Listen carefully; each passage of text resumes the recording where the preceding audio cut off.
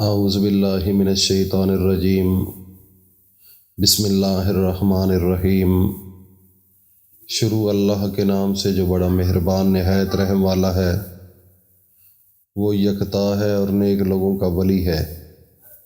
میں گواہی دیتا ہوں کہ اللہ کے سوا کوئی عبادت کے لائق نہیں، وہ اکیلا ہے، اس کا کوئی شریک نہیں۔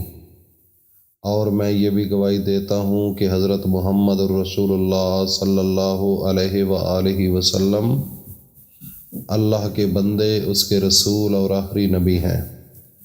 یا میرے اللہ میرے سونے نبی حضرت محمد الرسول اللہ صلی اللہ علیہ وآلہ وسلم پر اور ان کی آل پر اور ان کے تمام صحابہ اکرام رضی اللہ تعالی عنہم اجمعین پر اپنی خاص رحمتیں، برکتیں اور سلامتی نازل فرما۔ ناظرین، آج جمعرات کا دن ہے اور کل جمعۃ المبارک کا مقدس دن آ چکا ہے۔ تو جمعرات کے دن جب نماز مغرب ادا ہوتی ہے تو اس کے بعد میرے رب کے خاص فرشتے اس دنیا پر اترتے ہیں اور وہ جمعے کی مغرب کی نماز کے بعد واپس چلے جاتے ہیں۔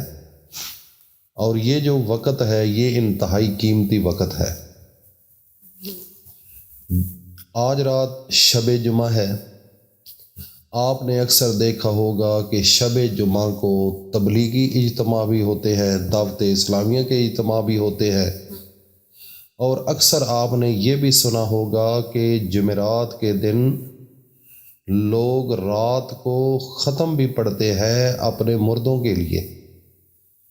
یہ تو آپ نے سنی سنائی باتیں ہیں اور دیکھی ہوئی کچھ باتیں ہیں، لیکن حقیقت کی طرف اگر چلا جائے تو ناظرین یہ ایسی قبولیت کی گھڑیاں ہیں۔ جب میرا رب فرشتوں کو اس دنیا پر بھیجتا ہے تو میرا رب ان فرشتوں کو سونے کے قلم اور چاندی کے ورق دے کر بھیجتے ہیں اس دنیا میں۔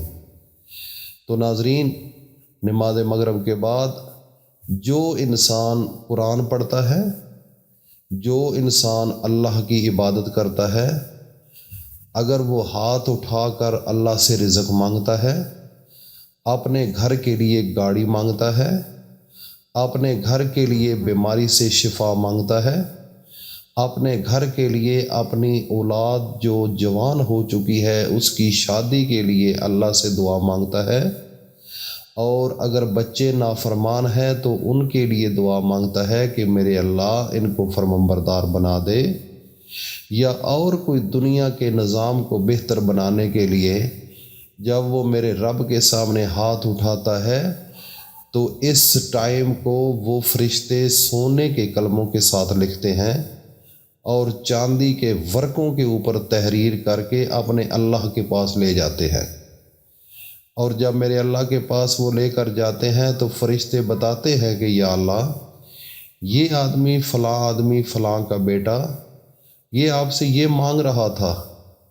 تو میرا رب ان فرشتوں کو گواہ بنا کر فرماتے ہیں کہ جاؤ، جو میرے بندے کی خواہش ہے، جو چیز مانگ رہا ہے، ایسے اسباب بنا دو کہ اس کو وہ چیز مل جائے۔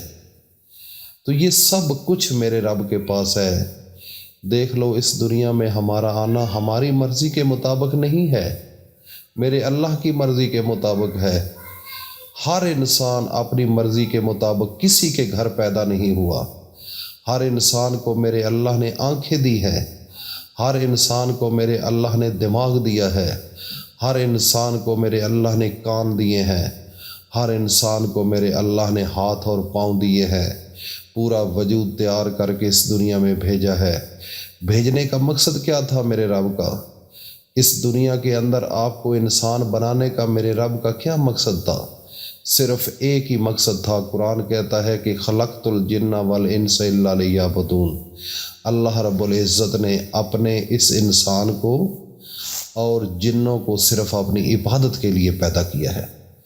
تو جو انسان اللہ تعالیٰ کے سامنے جھکتا ہے، زور، عصر، مغرب، عشاء، فجر، تہجد، یہ سب نمازیں جب ادا کرتا ہے تو میرے رب کو بڑا فخر ہوتا ہے آسمانوں پر۔ میرا رب تمام فرشتوں کو بلا کر کہتا ہے، اے فرشتوں دیکھو میرے بندے کی حالت، دیکھو سجدے کے اندر وہ رو رہا ہے، دیکھو وہ میرے سامنے نیند کو قربان کر کے میری عبادت کر رہا ہے، دیکھو سارا دن میرے لیے اس نے منہ بند کیا ہوا ہے اور روزہ رکھا ہوا ہے، اس کے سامنے پانی بھی ہے لیکن اس کے بعد وہ پانی نہیں پی رہا، اس کے پاس کھانا بھی ہے وہ کھانا بھی نہیں کھا رہا، اس کے پاس میری مختلف قسم کی نعمتیں ہیں، فروٹ ہیں، لیکن میرے خوف کی وجہ سے، میرے ڈر کی وجہ سے، میری محبت کی وجہ سے وہ کسی کو ہاتھ نہیں لگا رہا۔ تو اے فرشتو دیکھ لو میرے بندے کا کمال، جو مانگتا ہے جو چاہتا ہے اس کو عطا کر دو۔ تو ناظرین، میرے اللہ کو اس انسان سے بڑی محبت ہے، اس انسان سے اتنی محبت ہے میرے رب کو کہ اللہ نے اس کو قسمیں اٹھا کر پیدا فرمایا۔ تو ناظرین، میرے اللہ کے 99 نام ہیں، تو میرا رب کیوں 99 نام انسان کو بتائے ہیں؟ کیوں بتایا ہے قرآن کے اندر یہ سب کچھ کیوں بتایا ہے؟ صرف اس لیے کہ میرے بندے کو جس چیز کی ضرورت ہے، جس نام سے پکارے میں عطا کرتا جاؤں۔ اس بندے کی خواہش کے لیے، اس بندے کے دل کو جانتے ہوئے میرے رب نے اپنے 99 نام محمد مصطفیٰ کے نام، جو کوئی جس نام سے اظہار کرتا ہے، طلب کرتا ہے، میرا رب اسی وقت اس کو دینا شروع کر دیتا ہے۔ تو ناظرین، آج جو وظیفہ بتانے جا رہا ہوں، میرے اللہ کا ایک اسم ہے، یا فتح ہو۔ آپ نے جمعرات کے مغرب کے بعد، جمعے کی مغرب سے پہلے نماز کے بعد کسی وقت بھی آپ پڑھ سکتے ہیں۔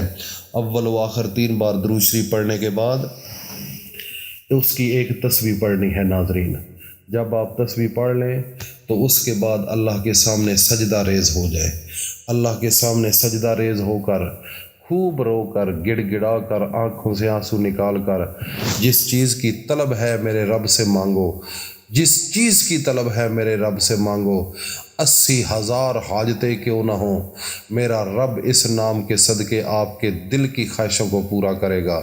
اس کے لیے یہ گاڑیاں کوئی اہمیت نہیں رکھتی، یہ بڑے بڑے بنگلے کوئی اہمیت نہیں رکھتے۔ آپ نے ابھی جنت میں اللہ نے جو بنگلے اس مسلمان کے لیے اور اپنے بندوں کے لیے اور جنتی لوگوں کے لیے بنائے ہیں، اگر آپ کو اپنی آنکھوں سے ایک دفعہ اس کا ایک نقشہ سامنے آ جائے تو آپ ساری زندگی سجدے سے ہی نہ اٹھیں، میرے اللہ کی عبادت ہی کرتے رہیں، روتے ہی رہیں، کھانا پینا بھی چھوڑ جائے۔